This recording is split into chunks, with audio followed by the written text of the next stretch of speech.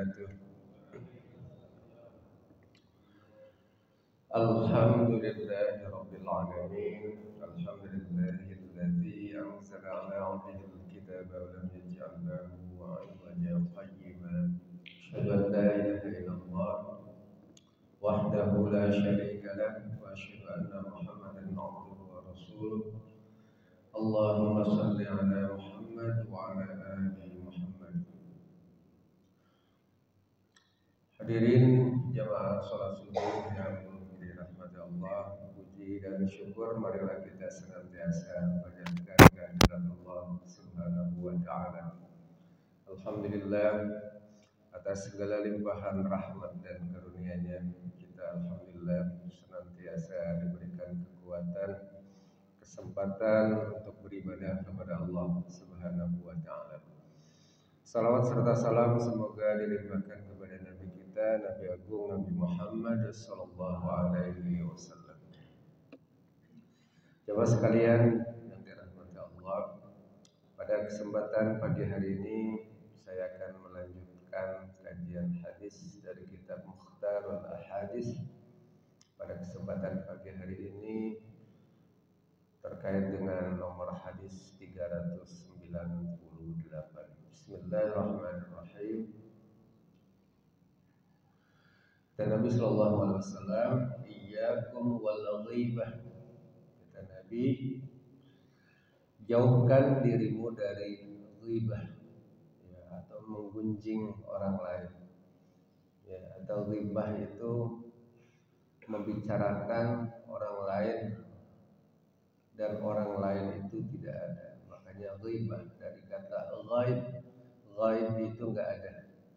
Jadi membicarakan orang yang dibicarakannya enggak ada, ya. Ghibah atau ghaib, ya, dari kata ghaib. Fa innal ghibata ashaddu minaz zina. Kata Nabi, karena ghibah itu lebih berat daripada zina, ya. Jadi Nabi melarang ghibah, membicarakan orang lain, sedangkan yang dibicarakannya itu tidak ada, tidak mengetahui, tidak ada di tempat, tidak mendengar, ya. Itu ghibah. Dan kata Nabi, fa innal ghibata asyaddu minaz zina. Dan orang yang membicarakan kejelekan, keburukan orang lain itu lebih berat, kata Nabi, daripada zina. Jadi ghibah ini luar biasa, ya. Lebih berat efeknya, ya. Innar rajula qad yazni wa yatub.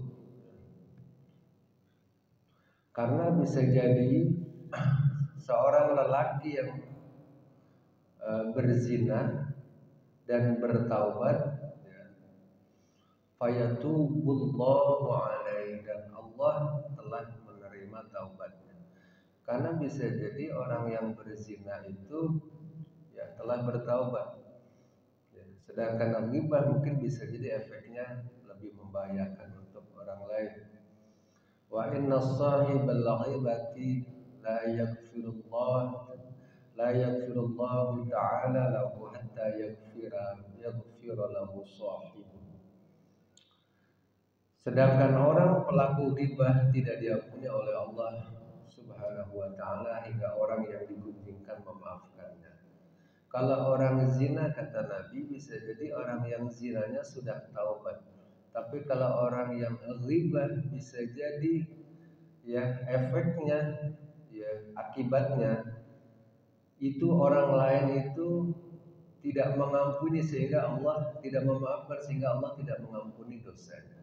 Jadi ghibah itu kalau orang lain yang diceritakan, yang dighibah itu tidak memaafkan, maka Allah tidak mengampuni dosanya. Jadi luar biasa. Diperumpamakan kalau orang yang zina bertaubat sudah diampuni oleh Allah, tapi kalau orang ghibah dan orang yang dighibah itu tidak memaafkan, ya, tidak memaafkan apa yang sudah dibicarakan keburukannya, maka Allah tidak mengampuni. Makanya digambarkan dalam hadis, ghibah itu lebih berat dari zina, ya.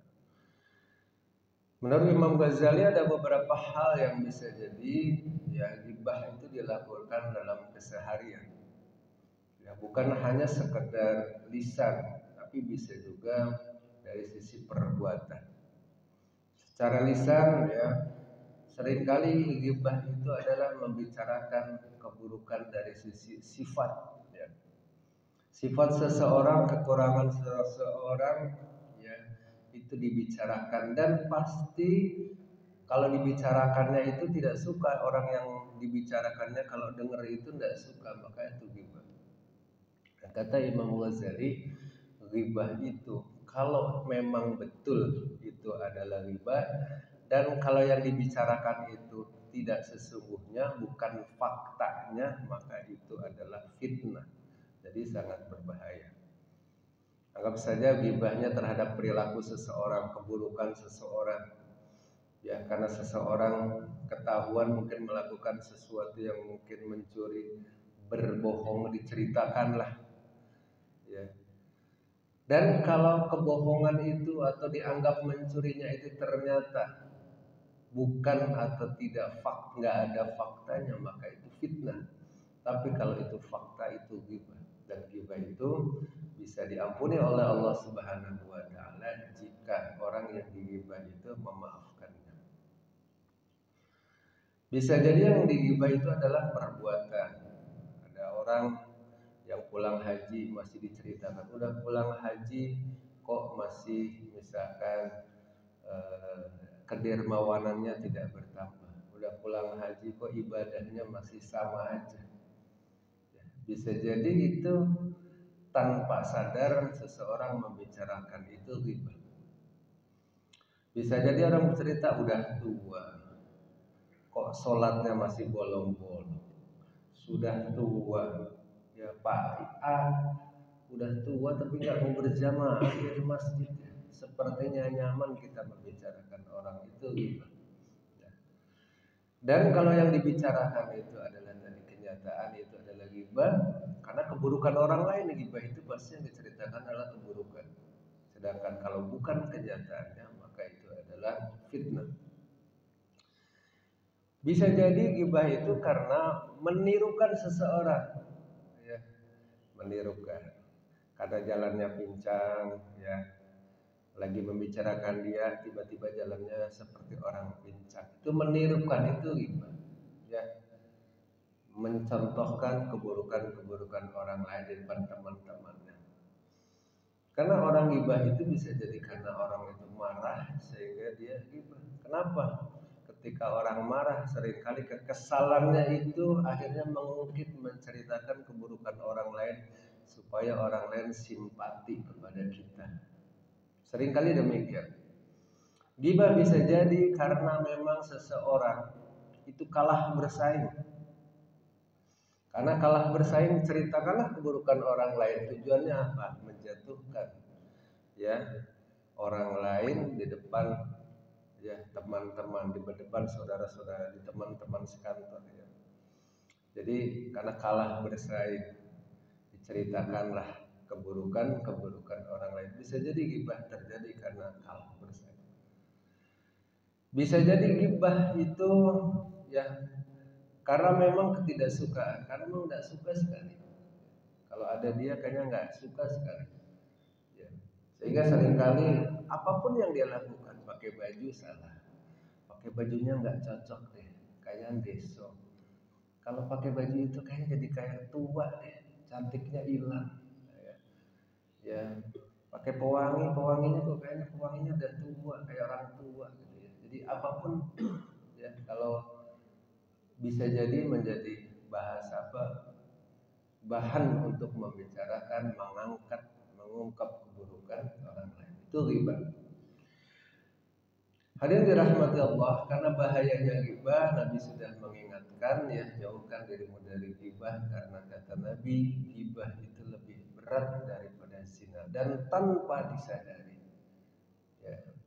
Jadi semua keburukan orang lain, baik disengaja ataupun tidak disengaja. Ya, ada orang lewat, keburukannya nampak kita bicarakan. Ada orang yang nggak ikut mau kumpul-kumpul, aduh Bapak A, dia mah nggak mau bergabung dengan kita. Ya, itu nyaman.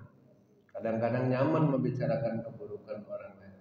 lagi kumpul-kumpul ada aja ya pejabat struktural misalkan di komplek ya yang menjadi ya yang mendapatkan amanah untuk menjadi ketua komplek, yang menjadi ketua A, B, C di komplek kita. Dibicarakanlah ya tentu karena memang setiap orang ada kelemahan, ada kekurangan.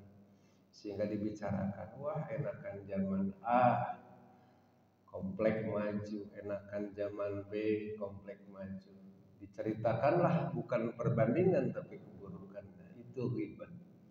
Dan ghibah kata Nabi ya lebih berat daripada zina. Kalau orang zina kata Nabi sesudah bertaubat kepada Allah maka Allah akan mengampuni dosa-dosanya. Tetapi kalau ghibah kita harus minta maaf terhadap orang yang kita ghibah. Ya, bahwa ghibah itu menceritakan keburukan orang lain, tapi orang lain tidak suka keburukan orang lain dan orang lain itu pasti tidak akan suka mendengar apa yang kita bicarakan. Hanya karena fisik saja kita bicarakan. Wah, si A sekarang perutnya udah gede, semakin tua semakin gede. Wah, si A rambutnya sudah mau putih. Ya, keburukan-keburukan, kelemahan-kelemahan orang lain diceritakan, cara berpakaian diceritakan, dan sepertinya kalau ghibah itu menjadi sudah terbiasa, orang kadang-kadang merasa nyaman untuk membicarakan orang lain dan seolah-olah kita paling punya kelebihan daripada orang lain. Seolah-olah kalau bertambah usia saya paling oke, paling sehat, paling kuat. Cara berpakaian sepertinya saya paling bisa, paling ngerti menilai orang lain salah. Cara berbicara seolah-olah saya paling bisa menilai orang dan seterusnya ya, sehingga seringkali muncullah tanpa disengaja membicarakan keburukan-keburukan yang dimiliki oleh orang lain. Itu ghibah ya. Kembali bahwa kata Nabi orang ghibah itu lebih berat daripada zina. Oleh karena itu kalau pernah berghibah tanpa kita sadari ataupun kita sadari, untuk mendapatkan ampunan dari Allah Subhanahu wa taala kita harus meminta maaf terhadap orang yang dighibah, terhadap orang yang kita bicarakan keburukannya. Hadirin rahmati Allah, kesimpulan hadis pada kesempatan pagi hari ini dari hadis kitab Mukhtarul Ahadits nomor hadis 398, Nabi Shallallahu Alaihi Wasallam ya mengingatkan kepada umatnya ya untuk menjauhi dari ghibah atau menggunjing atau orang lain atau membicarakan keburukan, kelemahan orang lain dan orang lain yang dibicarakan tidak mengetahuinya. Dan kata Nabi ya ghibah itu lebih berat daripada zina.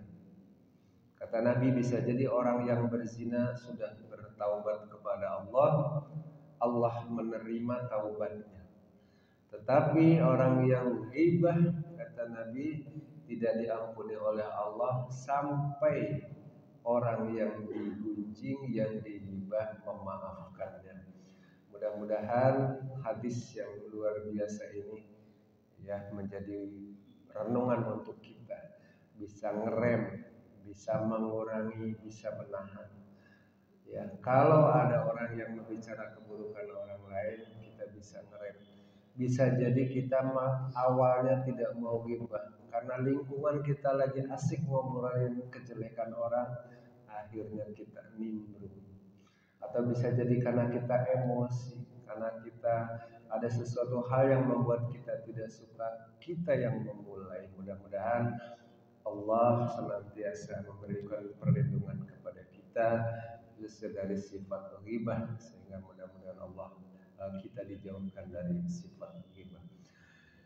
Wallahu a'lam bishawab. Mudah-mudahan ini ada manfaatnya. Sama-sama kita akhiri pertemuan pada kesempatan pagi hari ini dengan membaca doa kafaratul majlis.